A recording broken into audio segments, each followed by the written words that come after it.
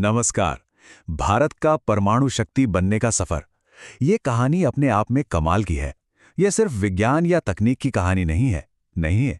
ये कहानी है एक देश की पहचान की, उसकी रणनीति की और उसकी आत्मनिर्भरता की। एक ऐसा रास्ता चुनने की जिस पर चलना बिल्कुल भी आसान नहीं था। तो चलिए इसी सवाल से अपनी बात शुरू करते हैं। एक देश जो अहिंसा की बात करता है, उसने परमाणु बम कैसे बनाया? सच कहूं तो यही विरोधाभास इस पूरी कहानी को इतना ज्यादा दिलचस्प बना देता है और आज की हमारी इस पड़ताल का ये एक अहम सवाल रहने वाला है। तो इस कहानी की जड़ें हमें मिलती हैं भारत की आज़ादी के ठीक बाद के दौर में, जब एक नया आज़ाद देश अपने भविष्य की नींव रख रहा था। और इस नींव को रखने वालों में कुछ बहुत दूर की सोचने वाले लोग थे। और जब हम उन लोगों की बात करते हैं तो एक नाम सबसे पहले आता है, डॉक्टर होमी जहांगीर भाभा, जिन्हें भारतीय परमाणु कार्यक्रम का जनक भी कहा जाता है। उनका सपना सिर्फ हथियार बनाना नहीं, बल्कि इससे कई ज्यादा बड़ा था। वो चाहते थे कि परमाणु ऊर्जा का इस्तेमाल करके भारत को एनर्जी में आत्मनिर्भर बनाया जाए, ताकि देश को विकास के लिए किसी के आगे हाथ ना फैलाना पड़े। तो डॉक्टर भाभा ने एक बहुत ही कमाल का एक लंबा चौड़ा रोड मैप तैयार किया, जिसे 3 चरणीय परमाणु कार्यक्रम के नाम से जाना जाता है। पहला स्टेज था प्रेशराइज्ड हैवी वाटर रिएक्टर्स का, दूसरा फास्ट ब्रीडर रिएक्टर्स का और तीसरा एडवांस्ड हैवी वाटर रिएक्टर्स का। लेकिन असली खेल तो तीसरे स्टेज में था। भारत के पास थोरियम का विशाल भंडार है और भाभा का विजन था कि इसी का इस्तेमाल करके देश को हमेशा के लिए ऊर्जा में आत्मनिर्भर बना दिया जाए। मतलब ये एक ऐसी सोच थी जो दशकों आगे देख रही थी। तो अब तक तो बात थी सिर्फ विज्ञान की, लेकिन फिर कहानी में आता है एक बड़ा मोड़। 1970 का दशक, एक ऐसा मोड़ जिसने भारत की परमाणु यात्रा की दिशा ही बदल कर रख दी। जरा इस टाइमलाइन पर एक नजर डालिए।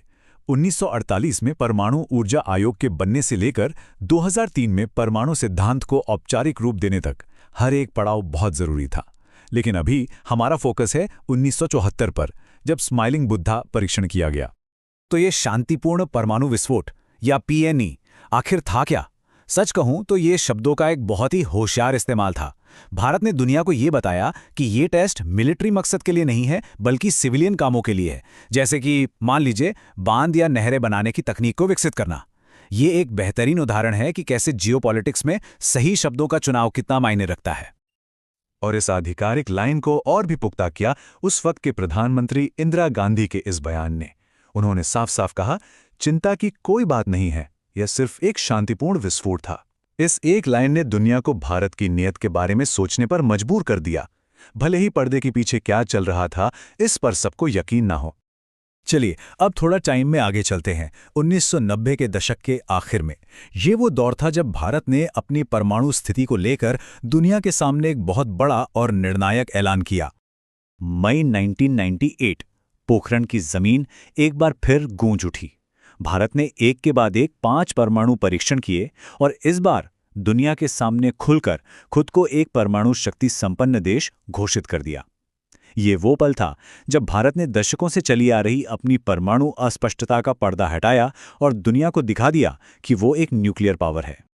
और जाहिर है दुनिया ने इसे देखा और प्रतिक्रिया बहुत तेज थी।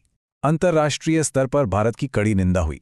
अमेरिका और जापान जैसे कई देशों ने आर्थिक प्रतिबंध लगा दिए और कुछ ही हफ्तों के अंदर पाकिस्तान ने भी अपने जवाबी परमाणु परीक्षण कर डाले, जिसने दक्षिण एशिया की भू राजनीति को हमेशा के लिए बदल दिया। अच्छा, अब जब भारत ने खुद को एक परमाणु शक्ति घोषित कर ही दिया था, तो ये बताना भी जरूरी था कि इन हथियारों को लेकर उसकी सोच क्या है, उसकी पॉलिसी क्या है। और यहीं से जन्म हुआ भारत के आधिकारिक परमाणु सिद्धांत का। इस पूरी सोच का, इस पूरी पॉलिसी का जो दिल है वो है विश्वसनीय न्यूनतम प्रतिरोध। अब इसका मतलब क्या है? सीधा सा मतलब है उतने ही परमाणु हथियार रखो जितने किसी भी दुश्मन को हमला करने से रोकने के लिए काफी हो। मतलब मकसद जंग लड़ना नहीं है, बल्कि जंग को रोकना है। तो 2003 में जो ये पूरा सिद्धांत सामने आया, उसके 4 मेन पिलर्स हैं। चलिए एक एक करके समझते हैं। पहला, नो फर्स्ट यूज, यानी हम पहले परमाणु हथियार नहीं चलाएंगे। दूसरा, विश्वसनीय न्यूनतम प्रतिरोध, जिसकी बात हमने अभी की। तीसरा, व्यापक जवाबी कार्रवाई, मतलब अगर हम पर परमाणु हमला हुआ तो हमारा जवाब बहुत ज्यादा विनाशकारी होगा। और चौथा, नागरिक नियंत्रण, यानी इन हथियारों के इस्तेमाल का आखिरी फैसला हमेशा चुनी हुई सरकार के हाथ में ही होगा। भारत की नो फर्स्ट यूज पॉलिसी बाकी दुनिया से कितनी अलग है, ये समझना बड़ा जरूरी है। जहां एक तरफ अमेरिका और रूस जैसे देश ये अधिकार रखते हैं कि वो एक पारंपरिक हमले के जवाब में भी पहले परमाणु हथियार चला सकते हैं, वहीं दूसरी तरफ भारत का स्टैंड बिल्कुल साफ है। उसका कहना है कि परमाणु हथियारों का इस्तेमाल सिर्फ और सिर्फ जवाबी कार्रवाई में होगा। ये भारत के संयमित रुख को दिखाता है। ठीक है, तो ये तो हुई इतिहास की बात। अब कहानी को आज के दौर में लाते हैं और देखते हैं कि ग्लोबल स्टेज पर भारत की भूमिका और उसके सामने चुनौतियां क्या हैं।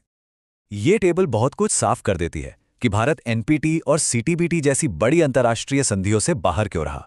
भारत का हमेशा से ये मानना रहा है कि ये संधियां भेदभाव करती हैं, मतलब ये दुनिया को दो हिस्सों में बांटती हैं। एक तरफ वो देश जिनके पास परमाणु हथियार हैं और दूसरी तरफ वो जिनके पास नहीं है।